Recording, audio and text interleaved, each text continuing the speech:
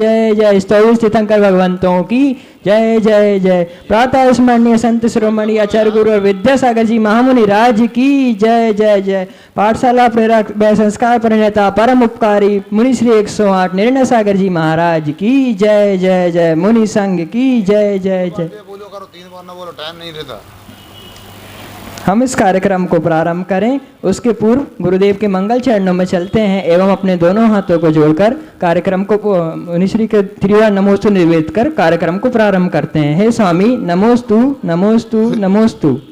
हे स्वामी इच्छामि।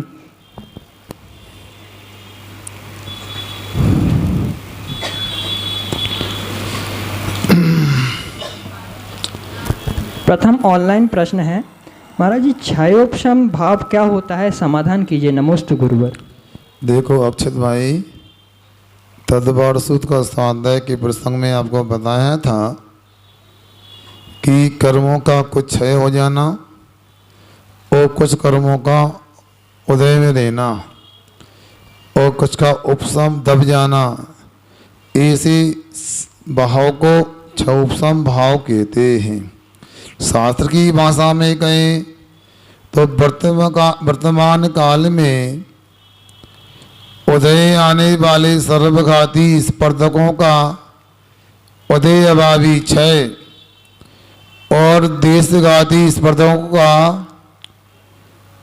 उदय एवं भविष्य में आने वाले सर्वघाती स्पर्धकों का सद्भास्तारू उपशम, ऐसी परिणति का नाम यह है क्षयोपशम। और कर्म के क्षयोपशम से होने वाले भाव को क्षयोपशमिक भाव कहते हैं। आगम में मुख्य रूप से 18 प्रकार के क्षयोपशमिक भाव गए हैं। प्रारंभ के 4 ज्ञान, मति ज्ञान, श्रुति ज्ञान, अवध ज्ञान, मनोपर्य ज्ञान, और 3 अज्ञान, कुमति ज्ञान, कुसुति ज्ञान, भवग ज्ञान, 3 दर्शन, चक्षु दर्शन, अचक्षु दर्शन, अवधि दर्शन, ऐसे 10 हो गए। इसके बाद में क्षयोपशमिक दान, लाभ, भोग, उपभोग और वीर्य, 3 इसमें क्षयोपशमिक सम्मदर्शन, संयमा संयम और सकल संयम, ऐसे 18 भाव क्षयोपशमिक जानना चाहिए। यदि समझ में नहीं आए तो उदाहरण भी हमने दिया था। जैसे मान लो 5 गिलास में पानी रखा है। पहले गिलास का पानी जो मिट्टी से युक्त था, शांत होने पर मिट्टी नीचे बढ़ गई, पानी पूर्ण निर्मल हो गया, ये औपशमिक भाव हुआ। और इसके बाद में दूसरे गिलास में पानी था, वो भी नीचे मिट्टी बढ़ने साफ हो गया, उसे नए गिलास में ले लिया, अब कभी गंदा नहीं होगा, मिट्टी अलग कर दी, वो क्षयिक भाव।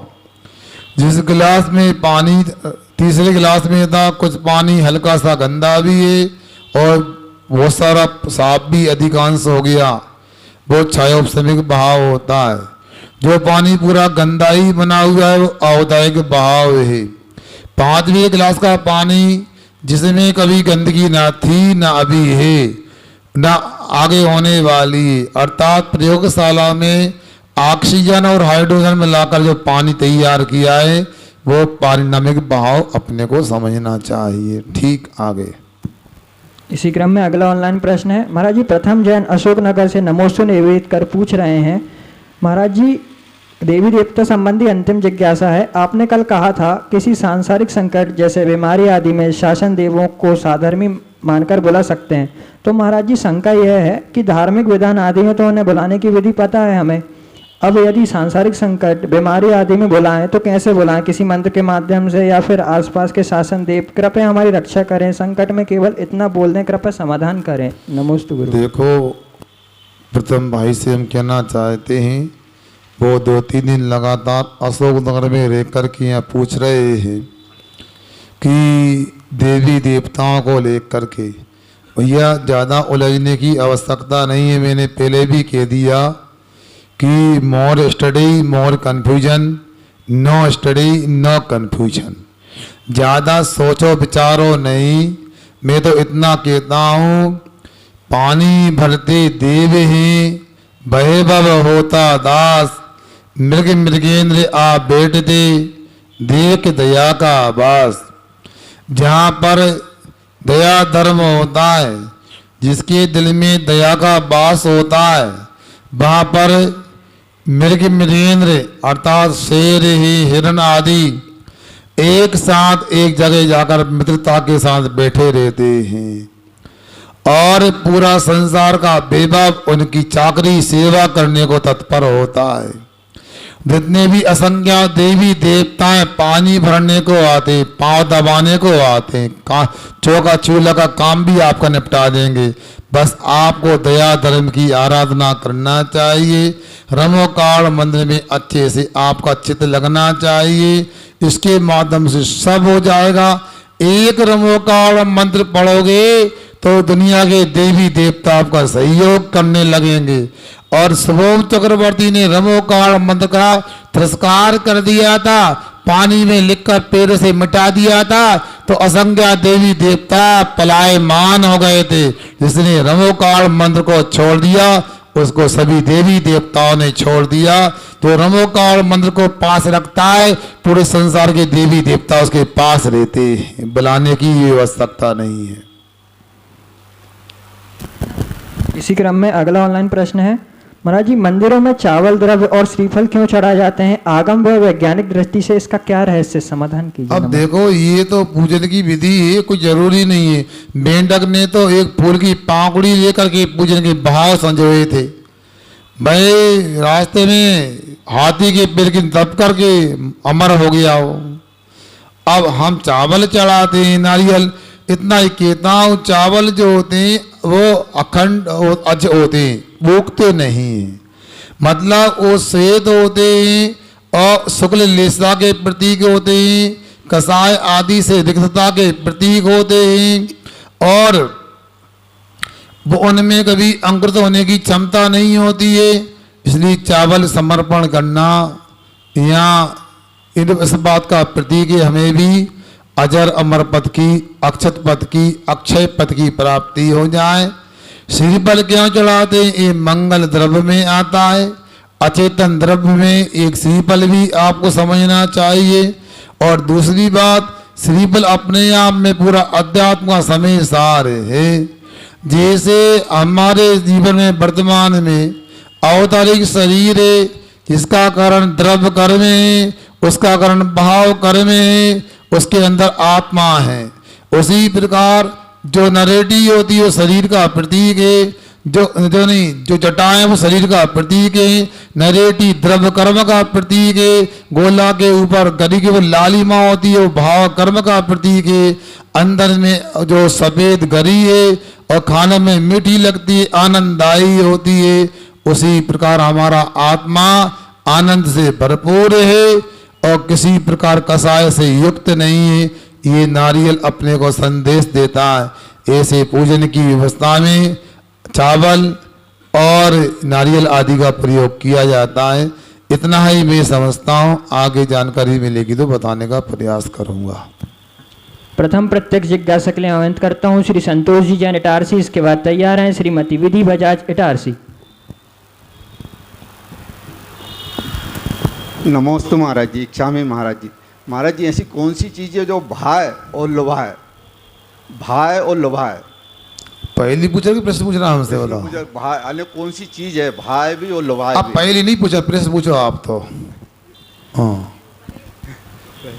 अब ऐसा है संसार में रागी रागी लोग देते हैं। अब क्या भाई और क्या लुभाए कैसे कहें?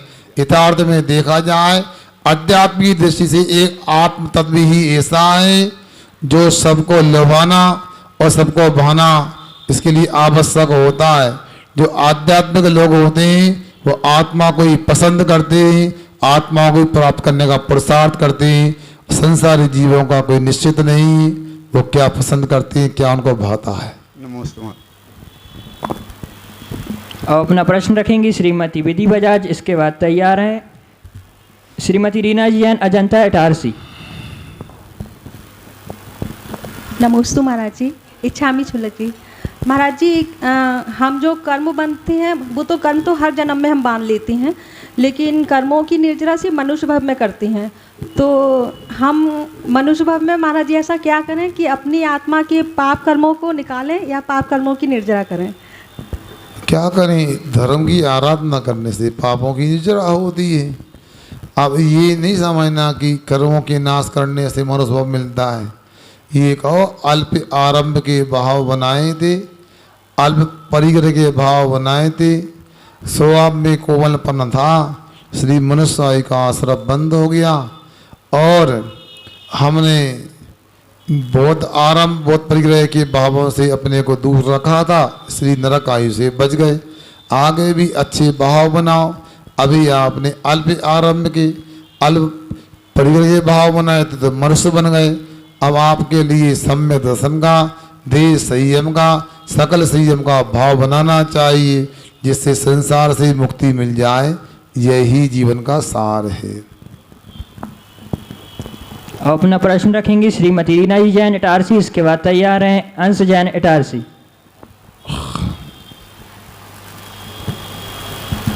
महाराज जी को नमोस्तु, छुलक जी को इच्छा में।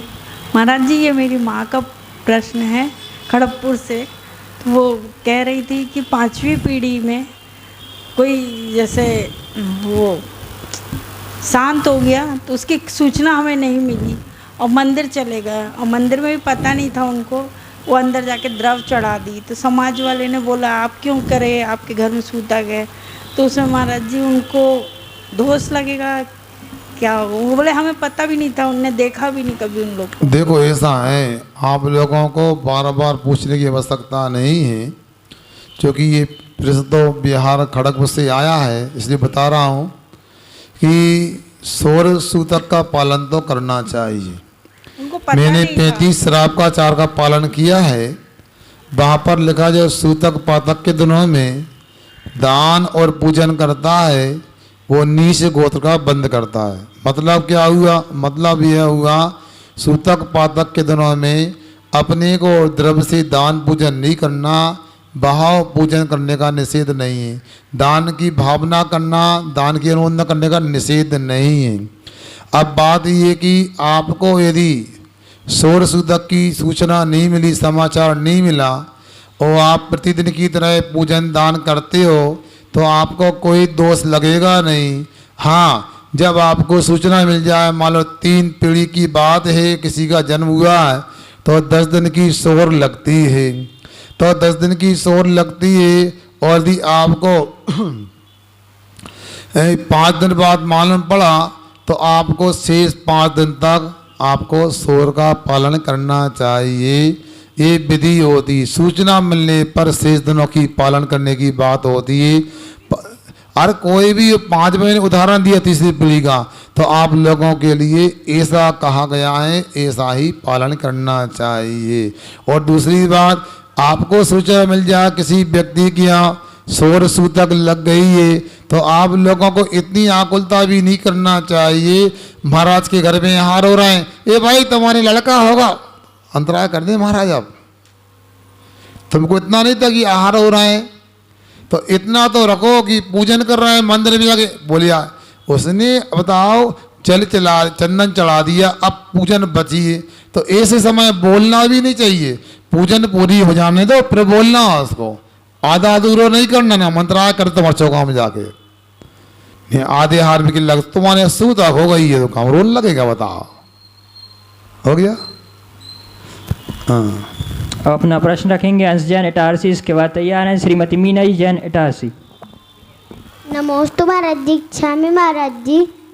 मेरा प्रश्न है, जो मेरे को खाने का मन करता है वो कैसे खाऊं? क्या खाने का मन करता है? क्या? Toffee chocolate. अच्छा, टॉफी चॉकलेट खाने का मन करता है तो कैसे खाऊं? अपने को ऐसा करना, हे मन तो टॉफी चॉकलेट मत खाना, उससे क्या होता है पेट में कीड़े पड़ते हैं। हे मन टॉफी चॉकलेट खाते हो दांत खराब हो जाते हैं। हे मन टॉफी चॉकलेट खाओगे तो तुम्हारे लिए उसमें गाय की या किसी जीव की चर्बी होगी तो तुम्हें पाप लगेगा। हे मन, तुमको नरक जाना पड़ेगा। क्यों मन, तुम नरक जाना चाहते हो? मैं नहीं जाना चाहता हूँ, इसलिए दुकान से निकाल काजू किशमिश खा लो। दुकान काय की तुम्हारे यहाँ? काय की दुकान है? हैं? अरे तेल की है। अच्छा, कोई बात नहीं है। अपना प्रश्न रखेंगी श्रीमती मीनाई जैन इटारसी। नमोस्तु महाराज जी, इच्छामी महाराज जी। महाराज जी, आपने सुबह प्रवचन में बताया था कि 5 अनर्थ दंड होते हैं। पहला है पापोपदेश, प्रमाचर्या, हिंसादान, अपध्यान और दुष्कृति। तो अपध्यान का क्या मतलब है? अपध्यान का मतलब खोटा ध्यान होता है। सुन लेना, किसी के मरने की चिंता से मर जाए, कोई जेल चला जाए, किसी की दुर्घटना हो जाए, कोई को व्यापार में घाटा लग जाए, किसी घर में आग लग जाए, ऐसा चिंतन करना अपध्यान होता है। विषयों की चिंता करना ये भी अपध्यान होता है। आचार्य सम्मतवत स्वामी ने अपध्यान को लेकर कहा है, बद बंद छेदादे द्वेषाद कस्पल कलात्रादे आध्यात्म पध्यानम शास्त्र जिन शासने विशदा।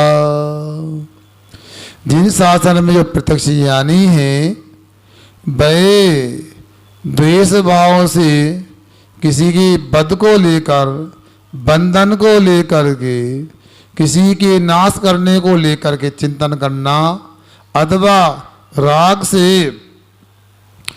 वह परिस्त्री आदि का चिंतन करना, विषयों का चिंतन करना, ये सब ध्यान करना अपध्यान में आता, जो अनर्दंड कहलाता है। बिल्कुल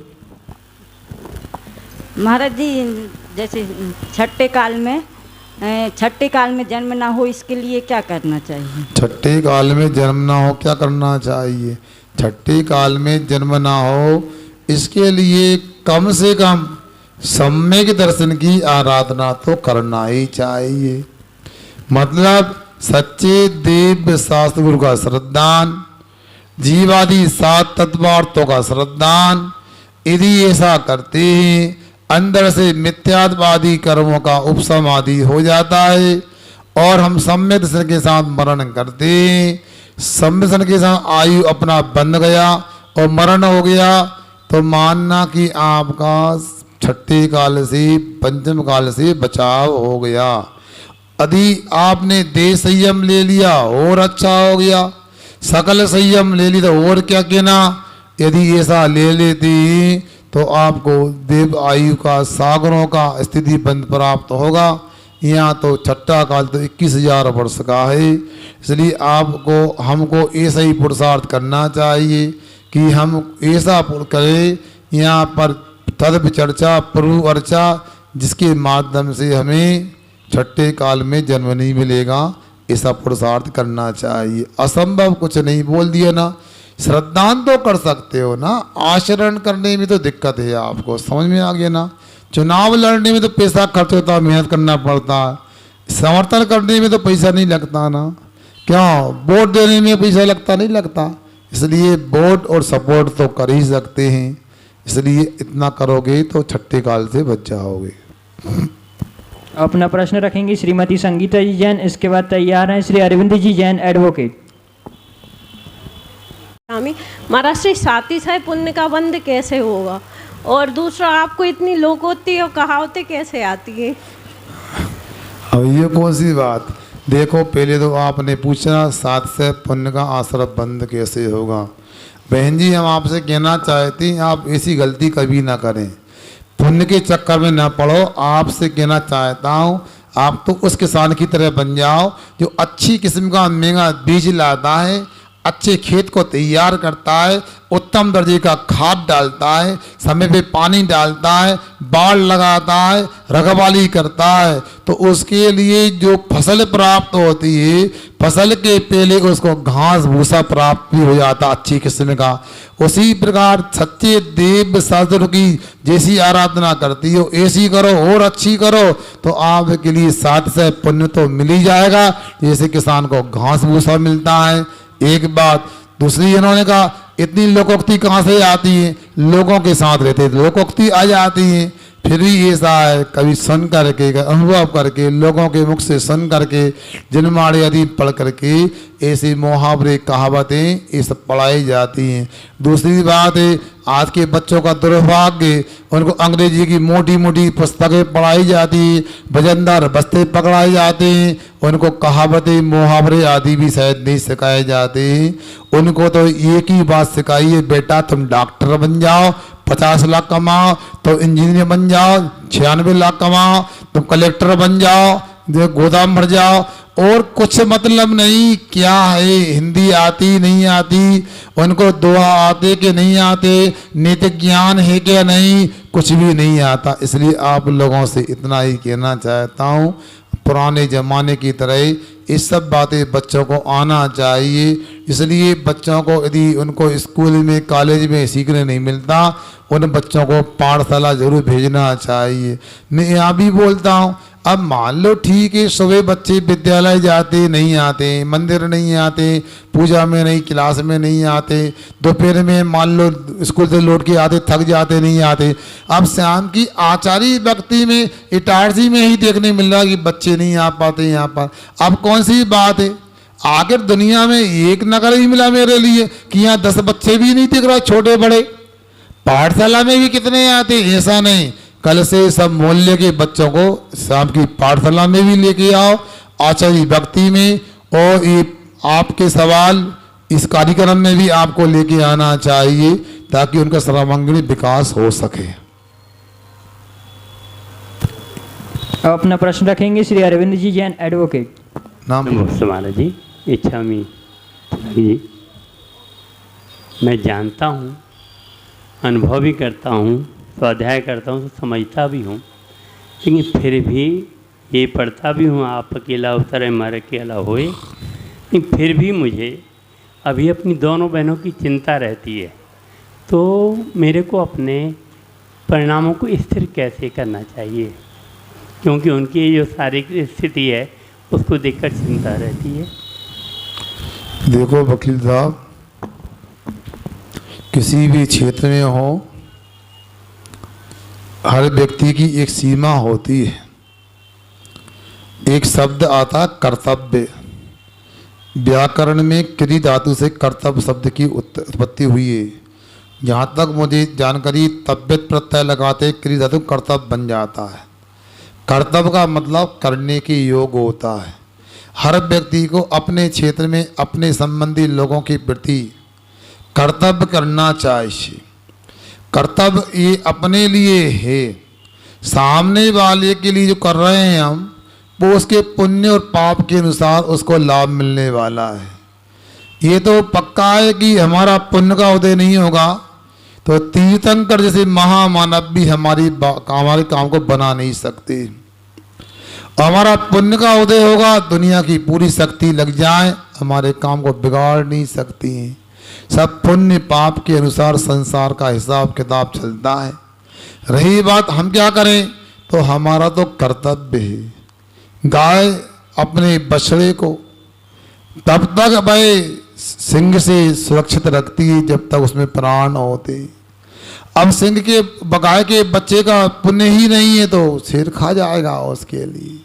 इसलिए अपने को कभी भी ये नहीं, हम कर्तव्य करें और हमारे कर्तव्य में हम सफल होते हैं, सामने वाले को लाभ मिलता है तो हम सौभाग्यशाली माने, अपने को कृतकृत्य माने, और नहीं हो पाता तो अपने को इसका मलाल भी नहीं होनी मैंने कुछ नहीं किया, क्योंकि करने योग काम को ही वह कर्तव्य कहते हैं।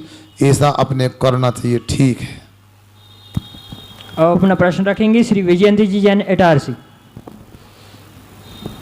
क्या नाम आपका? क्या नाम? विजयंत। विजित चलो बाद में पूछ लिया। विजयंत है ना? हाँ सही कर ली हुआ है। हाँ महाराज जी, मेरी शंका यह है कि सांसारिक जीवन में आय व्यय सुख दुख रिश्ते नाते निभाते निभाते आदमी कई बार अपने मुंह से ये कह लेता बहुत कठिन जीवन है। हाँ जीवन बहुत कठिन है। हाँ इसके विपरीत तपस्वियों का, साधु संतों के जीवन में ना आय ना व्यय अर्थ की, ना रिश्ते ना नाते, ना कल की चिंता, तो वो जीवन सरल है या ये जीवन सरल है? अगर संतों का जीवन सरल है, तपस्वियों का जीवन सरल है, तो लोग फिर कठिन जीवन को क्यों चयन करते हैं, सरल जीवन की ओर क्यों नहीं बढ़ते हैं? तुमने पहले कहाँ नहीं पूछा? आप पूछ लिया 10 साल बाद, पहले कहाँ गए थे? चलो कोई बात नहीं। बात यह है, भैया से एक कहना चाहता हूँ, ये तो अपने सोच के ऊपर निर्भर करता है कौन सा जीवन सरल है और कौन सा कठिन है। अब मैं इसलिए हंसी में बोल दिया कि पहले कहाँ गए थे, मतलब विवाह के पहले पूछते हम बता दे क्या सरल है क्या कठिन है बता, मगर ऐसा नहीं, अपने सोच के ऊपर निर्भर करता है। संसार में साधु संत भी सुखी होते हैं और गृहस्थ भी सुखी होते हैं, ऐसा नहीं। हमारे यहाँ पर एक गृहस्थ विद्वान हुए पंडित सदा सुखदास जी, क्या नाम, जयपुर के विद्वान थे, बहुत ही यथा नाम तथा काम था उनका। वो किसी राजा के यहाँ वो काम करते थे, मुंशी आदि का जो भी कहते, मुंशी है, लिपिक यहाँ जो भी, अकाउंटेंट, खजांची। तो महंगाई बढ़ने से राजा ने मंत्री परिषद में कुछ प्रतिशत लोगों का वेतन बढ़ा दिया। उस प्रतिशत के अनुसार पंडित जी का जो वेतन था 1 महीने में 6 रुपये था, 6 रुपये को बढ़ा करके 8 रुपये कर दिए गए। महीने की 1 तारीख को वेतन लेने गए तो उनको वेतन देने वाले खजांची ने 8 रुपये थमा दिए। उन्होंने कहा भाई मेरा वेतन 6 रुपया 8 कैसे दे रहे हैं आप? उन्होंने कहा नहीं पंडित जी वेतन बढ़ चुका सबका। उन्होंने कहा मुझे वेतन 6 रुपये चाहिए, मुझे 8 रुपये की आवश्यकता ही नहीं है, 6 रुपये भी मेरा घर का काम चलता है, 1-2 रुपये का मैं क्या करूँगा? आप पते परिग्रह आकुलता की जड़ है, मुझे नहीं चाहिए। बात राजा के पास पहुँची, राजा को उल्टा समझ में आ गया, कहीं पंडित जी इसलिए नाराज तो नहीं कि 10 रुपये करना था और 8 रुपये की कम लग रहा हो। राजा को चिंता हो गई, पंडित जी का बड़ा सम्मान था राज दरबार में। उन्होंने पंडित जी को तलब किया, बुलाया। राजा ने बाजू में बुला के पूछा, पंडित जी क्या चल रहा है, कोई दिक्कत तो नहीं? पंडित जी आप निवेदन करता हूँ आपसे, सुना है आपने 8 रुपया नहीं लिए, 6 रुपये लेने को अड़े रहे। उन्होंने कहा बात सही है, मैंने कहा जब मेरा 6 रुपये में काम चलता है तो मैं 8 रुपया क्यों लूँ? तो उन्होंने कहा नहीं पंडित जी आप समझिए महंगाई बढ़ गई है, थोड़ा आप परिवार की ओर देखिए, आवश्यकता बहुत सारी होती है, आप कृपा करके 8 रुपये ले लीजिए, और यदि कम पड़ता है तो मैं तो चाहता हूँ 10 रुपये भी करने को तैयार हूँ। पंडित जी ने कहा मुझे बिल्कुल आवश्यकता नहीं है, आपको इतना लगता है महंगाई बढ़ गई तो मैं रत्नखंड श्राप का 4 ग्रंथ की बचनी का व्याख्या टीका लिख रहा हूँ, उसको पूरी करने को समय नहीं है।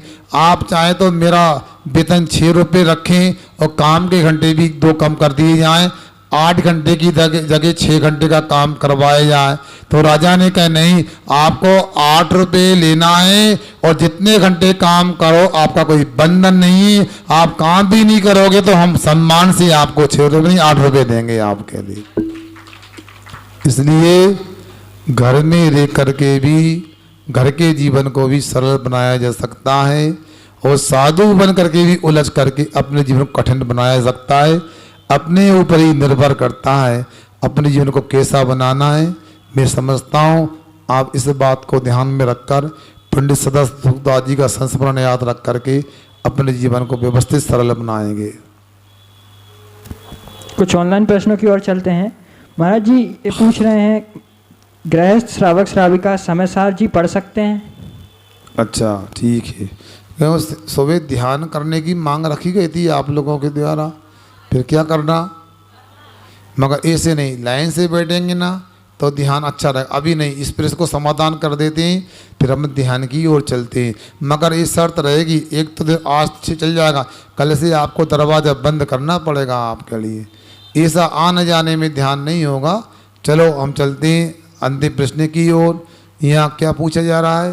गृहस्थ श्रावक श्राविका समय सार जी पढ़ सकते हैं? श्रावक श्राविका गृहस्थ में रहते हैं, क्या वो समय सार पढ़ सकते हैं? समय सार एक आध्यात्मिक ग्रंथ है, जिसमें शुद्ध निश्चय ने की चर्चा की गई है उसको पढ़ने का किसी को भी मना नहीं है, बशर्ते वो क्रम समझ के पढ़ें। हम तो ये कहते हैं मुनि महाराज को भी समय-सार नहीं पढ़ना चाहिए यदि मूलाचार नहीं पढ़ा है तो, और श्रावकों को भी समय-सार पढ़ना चाहिए यदि श्रावकाचार पढ़ लिया है। कहने का मतलब इतना ही है, आप तो अलग से भी इसको लोगों तक भेज देना कि जैसे मूलाचार पूर्वक मुनियों को समय-सार पढ़ने की आज्ञा है, उसी प्रकार रत्नगण श्राप का आचार पढ़ के श्रावक को भी समय-सार पढ़ने की मनाही नहीं है, जरूर पढ़ना चाहिए। ठीक।